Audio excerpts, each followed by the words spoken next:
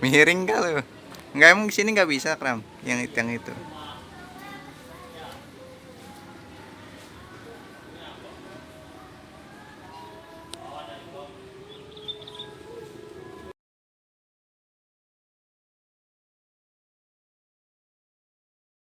Oke guys, kembali lagi bersama saya Rifa Ucha. Sekarang sedang hujan ya.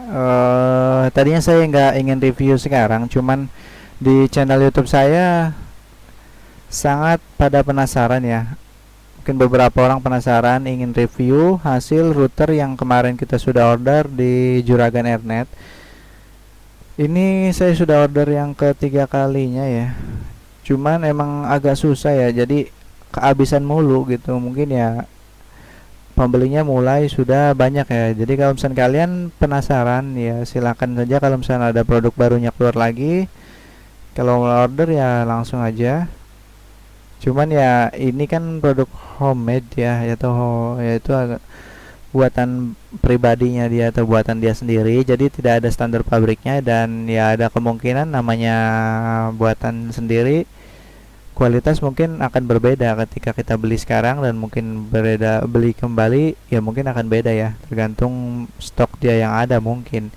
Tapi kita nggak perlu mikirin hal seperti itu. Ini hitungannya sudah termasuk murah banget ya. Andai kata kita dapat yang jelek, misalnya routernya jelek ya nggak apa-apa, anggap aja kita hitungannya ya sudah boxnya sendiri sudah termasuk mahal, dan antena seperti yang sudah kemarin saya review kan juga termasuknya mahal ya. Kalau misalnya kita beli antenanya saja atau boxnya saja, pasti kalau misalnya toko lain sudah di atas 100 ribuan ya. Sedangkan ini sudah termasuk router ya, itu lagi berpikir pahitnya ya. Jadi kita pahitnya, kalau misalnya berpikir pahitnya, apes-apesnya deh gitu. Kalau misalnya lagi bagusnya ya bagus ya, bersyukur ya. Karena dapatnya bagus karena udah satu set ini. Oke, ini saya udah order ketiga. Kenapa saya tadi bilang ada kemungkinan bagus, ada jeleknya. Tadi kemarin saya order yang tipe yang sama tapi hasilnya kurang terlalu bagus ya, berbeda dengan tipe yang sebelumnya. Itu lebih mantul banget. Cuman yang kemarinnya jelek, dan order lagi yang agak bagusan ya, bagus karena emang beda tipe. Oke, banyak orang yang penasaran sebagus apa sih atau kualitasnya gitu. Itu tergantung dari router yang kita pilih ya. Di sini saya sudah pasangkan atau order yang pertama, kan kita sudah order yang 841 HP. Kalau kita pernah sudah review kan di channel saya sebelumnya atau video saya sebelumnya, itu sudah saya coba. Tapi sayangnya saya di sini untuk menggunakan WDS ya. Kalian tahu kan WDS itu untuk meneruskan sinyal WiFi dari HP kita ke perangkat lain, tapi dengan transparan MAC address. Nah, 841 HP kemarin yang saya order pertama kali itu MAC address yang diteruskan tidak transparan. Jadi mirip seperti bridge biasa ya, atau mirip seperti mode bukan WDS gitu. Jadi saya order kembali yang menggunakan 841 ND versi 10. Nah, ini 841 ND versi 10. Beruntung sekali saya dapat yang versi 10 karena bisa di support oleh firmware pihak ketiga seperti OpenWRT dan DDWRT. Di sini saya sudah oprek sendiri ini. Jadi setelah barang terima, saya bongkar, saya set up, lalu saya install menggunakan DDWRT.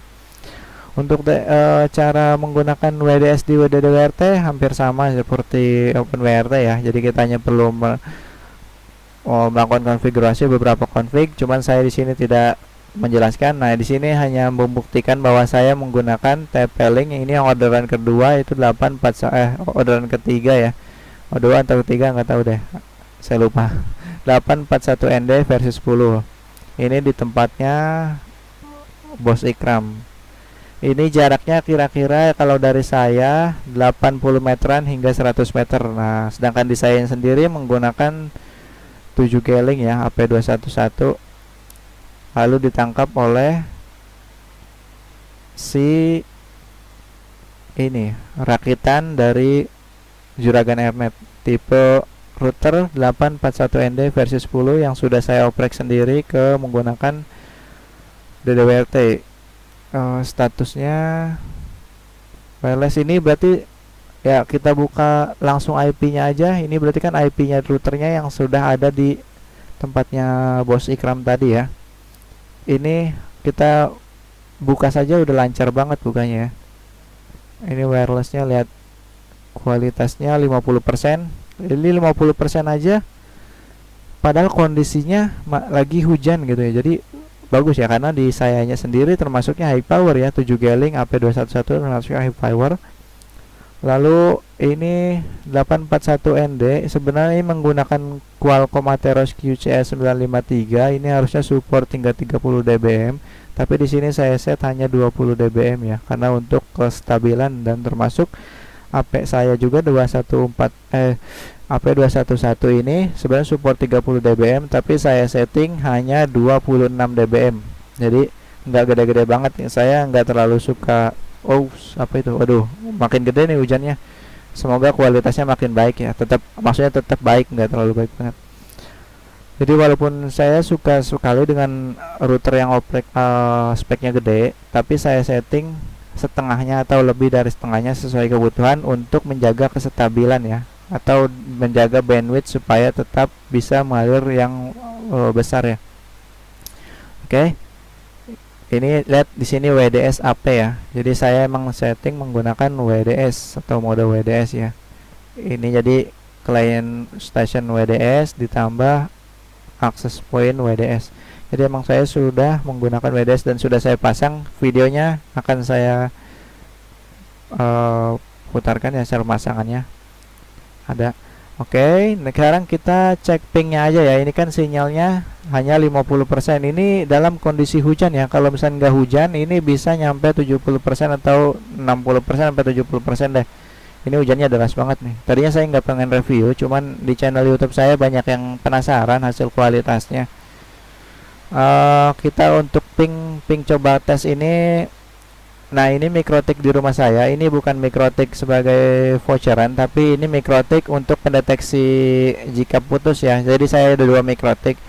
Yang Grove 52 HPN ini ada boosternya. Jadi saya gunakan untuk ping atau netwatch ya. Jika terputus maka alarm bunyi didit gitu. Nah, ini fungsinya hanya seperti itu, tapi tetap ini di rumah saya yang terhubung ke mikrotik juga. Oke, ini IP-nya 192.168. Ini IP-nya Ikram. Kita akan cek berapa sih. Ini statusnya terhubung ya. Ini up berarti up terhubung. Nah, ini dia. Ikram, Bos Ikram ya. Oke, kita coba tes ping. Seberapa bagus sih dalam kondisi hujan seperti ini. Nah, ini dia. Bagus ya. Jadi ping ke routernya itu 1 ms, 2 ms ya, rata-rata 2 ms deh gitu kan. Lebih lonjat kadang 6-7 gitu. Nah, ini kualitas yang bagus menurut saya. Jadi dari AP saya ke AP-nya Bos Ikram itu mode WDS yang jaraknya 80 meter. Walaupun saya tidak setting powernya hingga 30 dBm, yaitu tadi saya sudah tunjukkan powernya hanya 20 dBm. Tinggi banget loh. Namanya lagi hujan, gak apa-apa. Atau bisa juga karena sedang download, bisa jadi. Kalau misalkan namanya dalam jaringan koneksi internet, saya berikan dia kecepatan 5 Mbps mengalir pada 841 ND. Ini ada kemungkinan bakal jumping ya, jadi loncat, sebab karena kualitas router 841 ND ini ya kisaran stabilnya hanya 10 Mbps ya, atau 5 Mbps deh kayak itu. Jadi wajar jika jumping. Jadi pingnya cukup bagus ya. Jadi dari saya ke dia itu, ini hasil review saya, mudah-mudahan bisa dipahami, bisa dimengerti. Jadi bisa dibayangkan kualitas jaringannya walaupun sedang hujan seperti ini. Kalian bisa dengar kan ya, ini green hujan. Semoga suara saya juga bisa didengar. Jadi ini medan, termasuk medan ya, medan banget gitu, medan rintangan ya, rintangan si sinyal wifi menembus hujan ke tempatnya si Ikram itu tetap bagus walaupun saya hanya men-setting 20 dBm dan di server saya sendiri hanya 26 dBm. Oke, semoga reviewnya bisa dipercaya dan diyakini. Ini real sejujur-jujurnya. Saya nggak memberi, nggak bermaksud iklan, nggak juga apa sih.